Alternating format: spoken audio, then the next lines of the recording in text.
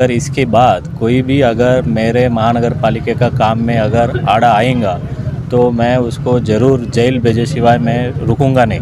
इसीलिए मनपा आयुक्त जी श्रीकांत के आदेश के मुताबिक शाहगंज गांधी पुतला एरिया का अतिक्रमण मनपा अतिक्रमण हटाओ विभाग और शहर वाहतुक शाखा इनकी तरफ से निष्कासित किया गया।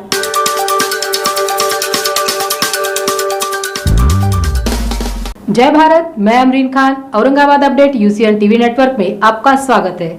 आइए डालते हैं एक नजर आज की ताजा खबरों पर।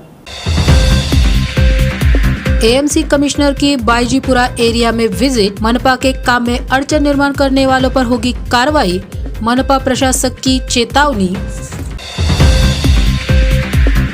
शाहगंज में मनपा का हथौड़ा, आगे भी कार्रवाई रहेगी जारी, व्यापारियों से सहकार्य की है अपेक्षा, मनपा अतिक्रमण विभाग। गरीब जनता की दवाइयों में हो रही लूट को करे बंद, मराठवाड़ा समन्वयक राजू जायसवाल की मांग।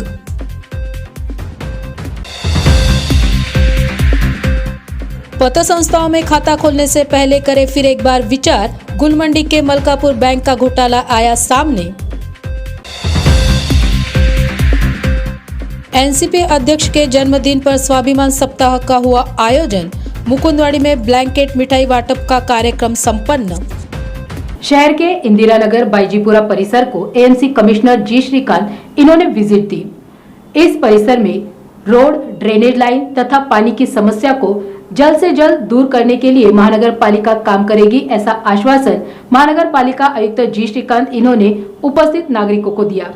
आज छत्रपति संभाजीनगर महानगर पालिका के बाईजीपुरा वार्ड नंबर 59 और 60 यहाँ के जो है बहुत नागरिकों ने बहुत मैसेजेस किए कि विशेष करके जब पानी पुरवठा होती है वो पूरा पानी रास्ते में बहकर यहाँ पे जो व्यापार करने वाले को बहुत ज़्यादा दिक्कत होती है और डेली आने जाने वाले को वहाँ पे बहुत मशक्क़त करनी पड़ती है। और इसी अवसर पर हमने आज विज़िट किया और हालांकि महानगर पालिका ने बहुत बार निधि भी मंजूर किया था, लेकिन यहाँ के जो सो कॉल्ड नेता लोग हैं हर छोटी सी काम को अड़ाते थे, ऐसा मुझे यहाँ पे विज़िट करने के बाद निदर्शन में आया है। अभी हम ऑलरेडी इधर सैंक्शन कर दिए हैं। अगर इसके बाद कोई भी अगर मेरे महानगर पालिका का काम में अगर आड़ा आएगा तो मैं उसको ज़रूर जेल भेजे सिवाय मैं रुकूंगा नहीं। और यहाँ के जो नागरिकों का जो समस्या है और उसको हल करने में हम कटिबद्ध हैं। और विशेष करके जो मसला है कि जब पानी आता है स्टॉर्म वाटर वहाँ पे बहने के लिए रास्ता नहीं है, तो उसको बहाव देने के लिए हम वहाँ पे निधि मंजूर करेंगे, लेकिन अगर कोई काम रुकाएगा तो उसको हम छोड़ेंगे नहीं। Thank you. गांधी पुतला शाहगंज, यहाँ के व्यापारियों ने अपने ही दुकान के सामने हाथगाड़ी और टेबल लगाकर व्यवसाय अतिक्रमण करते हुए शुरू किया था। इससे यहाँ आने वाले वाहन धारक नागरिकों को और पैदल चल के खरीदारी करने वाले लोगों को कई बार अड़चनों का सामना करना पड़ता। इसीलिए मनपा आयुक्त जी श्रीकांत के आदेश के मुताबिक शाहगंज गांधी पुतला एरिया का अतिक्रमण मनपा अतिक्रमण हटाओ विभाग और शहर वाहतुक शाखा इनकी तरफ से निष्कासित किया गया। माननीय हमारे आयुक्त प्रशासक साहब जी श्रीकांत सर, उनके आदेश पे ये कार्रवाई हुई। कल हमने ये पूरा एरिया का जायज़ा किया। यहाँ पे जो व्यापारी है उनको हमने वार्निंग दी थी कि आप जो रास्ते पे अतिक्रमण किया है और कुछ रास्ते जो चौकअप हुए हैं वो आप खुद से निकाल लो, लेकिन उन्होंने निकाला नहीं। तो हमने आज सुबह से वो कार्रवाई शुरू की है और जेसीबी की सहायता से हम वो रास्ते में जो अतिक्रमण है वो हम निकाल रहे हैं। तो यहाँ इसमें जेसीबी थोड़ा साहब है, एपीआई मिर्जे साहब है, उनके सहकार्य से कार्रवाई चल रही है। आज लगभग एक 50 दुकान पर कार्रवाई हुई है और कार्रवाई चालू है और आगे भी ये कार्रवाई चालू रही। दुकानदारों का भी हमें सहकार्य मिल रहा है। कुछ लोग खुद से अतिक्रमण निकाल रहे हैं और हमारा भी कहना है कि उनका नुकसान ना हो, उन्होंने खुद से अतिक्रमण निकाला तो हम उनका स्वागत ही करें। हमारे जो प्रायोरिटी एरिया है, जो बाजार पेटा है, वहाँ पे हम कार्रवाई की शुरुआत की है, क्योंकि यहाँ पे ज़्यादा ट्रैफिक का प्रॉब्लम हो रहा है। लोगों की कंप्लेंट्स है, तो लोगों को गाड़ियाँ लगाने के लिए जगह नहीं है, तो इसलिए हमने प्रायोरिटी से ये एरिया अभी कार्रवाई शुरू की है। 2-3 दिन पहले हमने गुलमंडी पे कार्रवाई किया था, उसके बाद में अभी शाहगंज में कर रहे हैं। तो पूरा मार्केट एरिया और जहाँ जहाँ पे ट्रैफिक का प्रॉब्लम है वहाँ पे कार्रवाई होगी। हम शाम को जो एरिया में कार्रवाई करनी है वहाँ पे हम फिरते हैं, उनको बोलते हैं कि खुद से निकाल लो, अगर उन्होंने खुद से नहीं निकाला अतिक्रमण तो हमको कार्रवाई करनी पड़ती। अपने दुकान के सामने जिन्होंने अतिक्रमण करके रखा है और जो व्यापारी अतिक्रमण को प्रोत्साहन देते हैं उनको हम यही बताना चाहेंगे कि अतिक्रमण ना करें, खुद का नुकसान ना कर ले और खुद से अतिक्रमण निकालें। नहीं, ये कार्रवाई अभी प्लानिंग से चलती रहेगी। हमारे हमको पुलिस प्रशासन का भी सहकार्य है, इसलिए हम दोनों मिलके ये प्लानिंग से कार्रवाई करेंगे और जो जो एरिया में ट्रैफिक का प्रॉब्लम है वहाँ पे कार्रवाई होगी। मंगेश देवरे, उपायुक्त। देखो, ये जो कार्रवाई हो रही है ये यहाँ पे आने वाले नागरिकों के लिए दिक्कत होती थी, यहाँ भी चलने को नहीं मिलता था, यहाँ पे यातायात में भी प्रॉब्लम होती थी। इसलिए जो महानगर पालिका के जो वरिष्ठ अधिकारी, पुलिस के वरिष्ठ अधिकारी, इनके संयुक्त विद्यमान से ये जो कार्रवाई हो रही है, सब हम लोग यहाँ के जितने भी अतिक्रमण है वो निकल रहे हैं और लोगों के लिए यातायात के लिए ज़्यादा से ज़्यादा वो एरिया हम लोग खुला कर रहे हैं। और इससे आगे भी ऐसा कोई यहाँ पे कोई अतिक्रमण करेगा तो उसके ऊपर भी ये लगातार कार्रवाई होगी। हम यही उनको कहेंगे कि आपको जितना वैलिड है, जो जितना आपको परवानगी दी है उसी दायरे में आप अपनी दुकानें लगाओ, ना कि ये आपके ऊपर नौबत आए कि वो अतिक्रमण करने के बाद उनका नुकसान हो जाए। हम अभी ये लगातार ये कार्रवाई चालू रखेंगे। हम सब नागरिक और जितने भी ये हॉकर्स है या दुकानदार है उनको यही अपील करेंगे कि आप कानून जो भी बना है उस हिसाब से चले और लोगों को यातायात के लिए आप दिक्कत पैदा मत करिए, तो आपके ऊपर एक कानूनी कार्रवाई की जाएगी, उसको किसी को बख्शा नहीं जाएगा। ACP Thorat, traffic. Mumbai team के आदेश पर शहर के घाटी हॉस्पिटल, कैंसर हॉस्पिटल में मराठवाड़ा समन्वयक राजू जायसवाल बड़े ही बारीकी से ध्यान देते हुए सेवा दे रहे हैं। हर रोज घाटी हॉस्पिटल में 1 करोड़ 40 से 50 लाख रुपए का मेडिकल लगता है। मेडिकल में गरीब लोगों की लूट हो रही है। रोज के 150-200 रुपए कमाने वाले लोग प्राइवेट हॉस्पिटल में अपना इलाज नहीं करवाते, इसीलिए वो घाटी हॉस्पिटल में इलाज करते हैं। ऐसे लोग दवाइयां लाने के लिए भी मोहताज है और इतने गरीब परेशान हाल लोगों की लूट जल्द से जल्द रोकी जाए, ऐसी विनती उद्धव बाळासाहेब ठाकरे शिवसेना के मराठवाड़ा समन्वयक राजू जायसवाल इन्होंने प्रशासन से की है। हिंदुहृदय सम्राट शिवसेना प्रमुख बाळासाहेबजी ठाकरे यांना वंदन करून पक्षप्रमुख उद्धवजी ठाकरे साहेब, आदित्यदादा यांना पण मानाचा मुजरा करतो।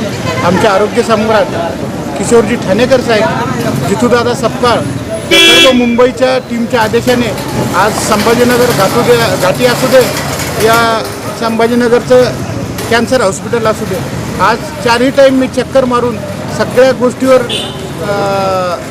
नियंत्रण ठेवतो आणि खरोखरच मला आनंद वाटतो की माझ्या हाताने हे कार्य आज घडतं आहे आणि माझी घाटी महाराष्ट्रामध्ये कशी नंबर येईल त्यासाठी काम करतो। पूर्ण साफसफाई एकदम ओके।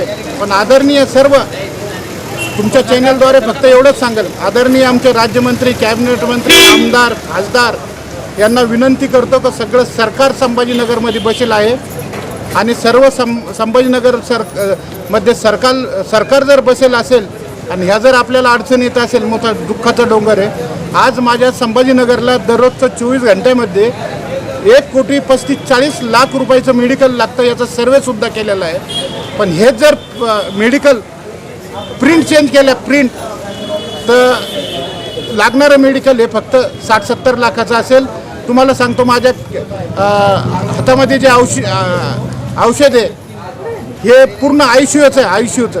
तर ICUमध्ये लागणारं हे मेडिकल असून या मेडिकलच्या वर इतकी अफरातफर आहे का हे 290 रुपयाची येणारी, याचं सगळं माझ्याकडे डॉक्युमेंट आहे, केवढ्याला येते काय येते। 290 रुपयाची खरेदी आहे, पण याच्यावर विक्री 3600 रुपये। नाईलाज तो किती डिस्काउंट केलं तर माझ्या बांधवाला ते 3000 रुपये लोक घ्यावं लागतं। 15 रुपये किंमत आहे सलाईनच्या नळीची, 170 रुपये किंमत आहे। मोठमोठ्या हॉस्पिटलला 170 रुपये लागले जाते। माझ्या हातात ते लागणारं गरजू आहे, ICUमध्ये लागणार आहे, ज्याच्यावर 680 खरेदी आहे आणि 3800 रुपये प्रिंट आहे। आज आदरणीय सर्व, मी राजकारणाचा आणि याचा काही संबंध नाही, मी एक 20% राजकारण आणि 80% समाजकारण करणारा माणूस आहे। हे जे पैसे 200-250 रुपये रोजाने जाणाऱ्याचे पैसे, गरीब दुबळ्याचे पैसे, आज संभाजीनगर घाटीमध्ये आज मी इथं आहे, इथे काय कंडिशन आहे, काय कसे रुग्णाला मी मदत करतो हे मला माहिती आहे। मी ग्राउंड लेवलवर काम करीत असताना अशा जर समस्या जर असल्या तर मला एक सांगा,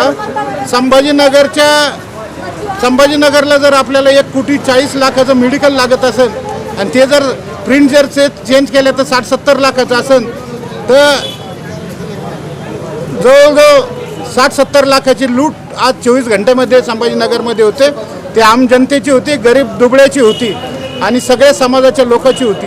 तर हे कुठंतरी थांबलं पाहिजे ना. यासाठी मी तुम्हाला वारंवार विनंती करतो की मी मुख्यमंत्र्याला सुद्धा सगळे प्रिंट द्यायले, सगळ्याला द्यायले, पण आता जर हे थांबलं नाही तर येणाऱ्या काळामध्ये याच्यासाठी मी उपोषणसुद्धा करणार आहे.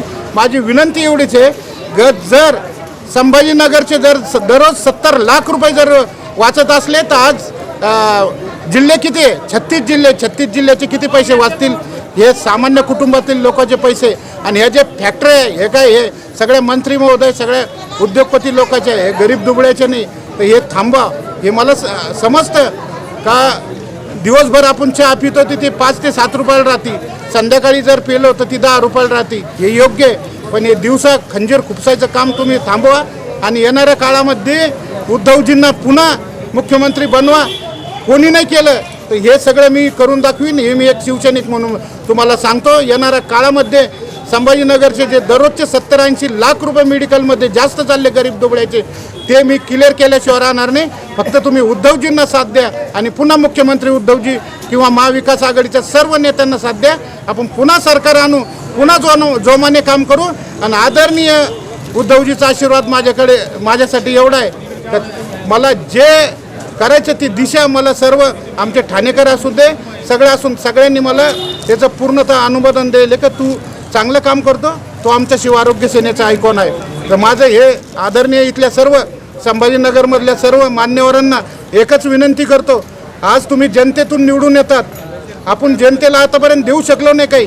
ज्या शिवसैनिकाच्या जीवावर तुम्ही राज्यमंत्री, कॅबिनेट मंत्री, आमदार, खासदार झाले, त्या शिवसैनिकाला तुम्ही देऊ शकले नाही काही. तुम्ही एखाद्या कंपनीत सुद्धा त्याला लावू शकले नाही. पण तुम्ही महिन्याला 1-1 कोटीची गाड्या कशा घेता, मुंबईला फ्लॅट कशा घेता, हे तुम्हाला चांगलं आवर्जून आहे. येणाऱ्या काळात माझी एकच विनंती राहील तुम्हाला, आमदार, खासदार, राज्यमंत्री, कॅबिनेट मंत्री, अर्थमंत्री, तुम्हाला सांगतो या सर्व उद्योगपतीच्या कंपन्या, सर्व मंत्री महोदयाच्या कंपन्या, यांच्या प्रिंट चेंज करा, प्रिंट. आणि जर प्रिंट चेंज नाही झाल्या तर अभिषेक जयस्वाल शिवसेना स्टाईलनं उपोषण करीन, हे तुम्हाला आवर्जून सांगतो. जय हिंद, जय महाराष्ट्र. खबरें अभी और भी है, वक्त हो रहा है एक छोटे से ब्रेक का, मिलते हैं ब्रेक के बाद। अल-आर-जी इंटरनेशनल प्राइवेट लिमिटेड हज उम्रा वर्ल्ड टूर पैकेज को केवल मराठवाड़ा ही नहीं बल्कि पूरे इंडिया से संपर्क कर सकते हैं।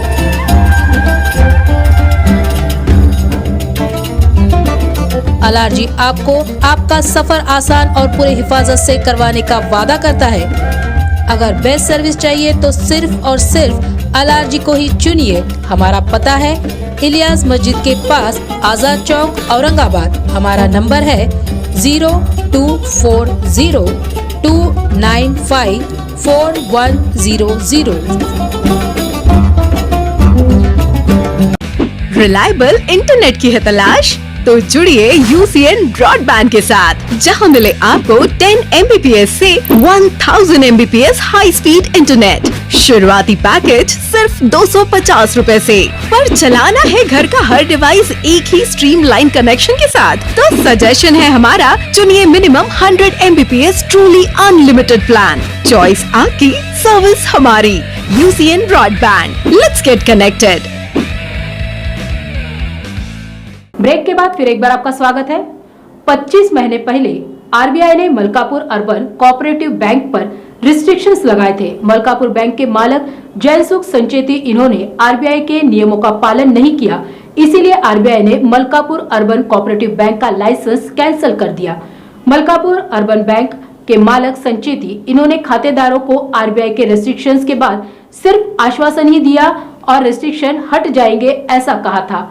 मलकापुर बैंक मालक की गलती की सजा खातेदारों को ना मिले, बैंक मालक की प्रॉपर्टी जब्त करके उस प्रॉपर्टी को बेचकर खातेदारों की रकम अदा करने की मांग मलकापूर अर्बन कोऑपरेटिव बैंक के खातेदारों ने मीडिया द्वारा की है। सगळ्यात मोठा घोटाळा त्यांनी केलेला आहे। त्यांनी 20%, 15%, 10% पैसे घेऊन लोकांना लोन दिलेले, ज्याची अवकात 50 लाख आहे त्याला 5-5 करोड रुपये दिलेले त्यांनी। त्यांना सगळ्यात पहिले आणा ते लोन घेऊन बसले याच्यामध्ये दवाखान्यामध्ये। आणि हे जे संचिती आहे हे बीजेपी लीडर आमदार आहे ते त्यांच्यावर सगळ्यात पहिले ईडीची कारवाई करा।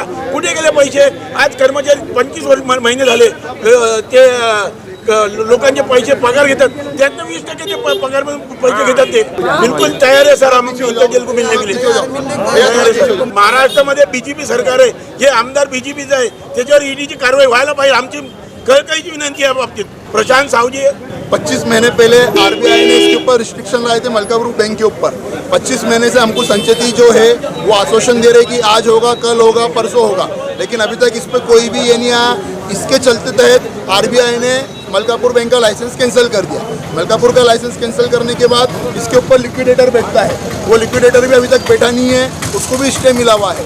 तो हमारा यही निवेदन है कि भैया ये पैसा हमारे सबका हक का है, किसी के बाप का नहीं है।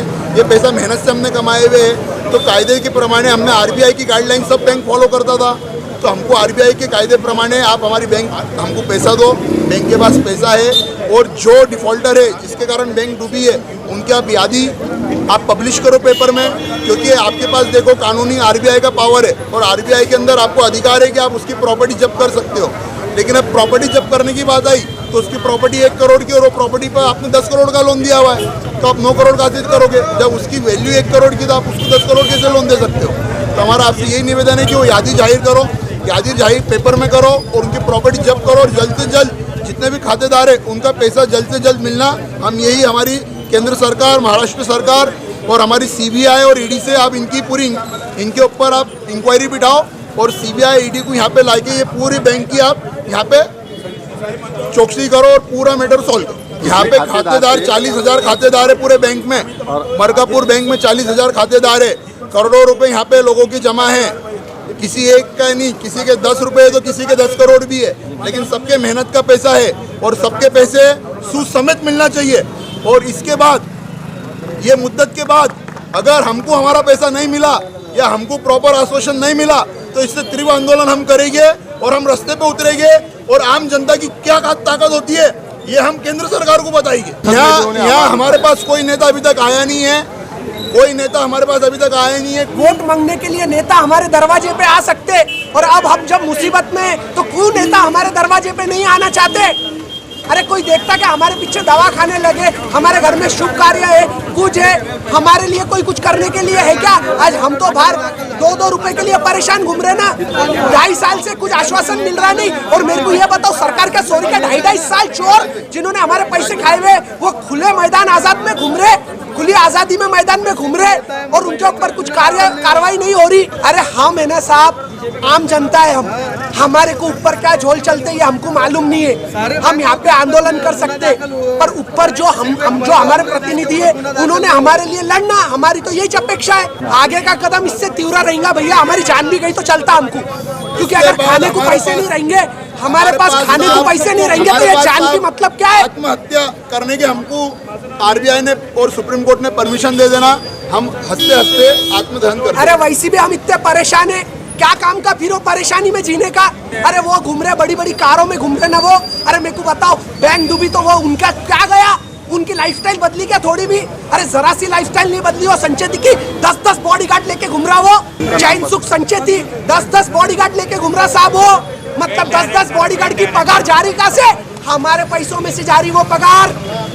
राष्ट्रवादी कांग्रेस के राष्ट्रीय अध्यक्ष केंद्रीय मंत्री शरद चंद्र पवार इनके जन्मदिन के अवसर पर शहर जिलाध्यक्ष इनकी संकल्पना से स्वाभिमान सप्ताह का आयोजन किया गया है। इस कार्यक्रम का एक भाग राष्ट्रवादी कांग्रेस युवक शहर अध्यक्ष प्रशांत जगताप इनके पुढाकार से मुकुंदवाड़ी रामनगर यहां पर नागरिकों में ब्लैंकेट के साथ मिठाई का वाटप करने का कार्यक्रम किया गया।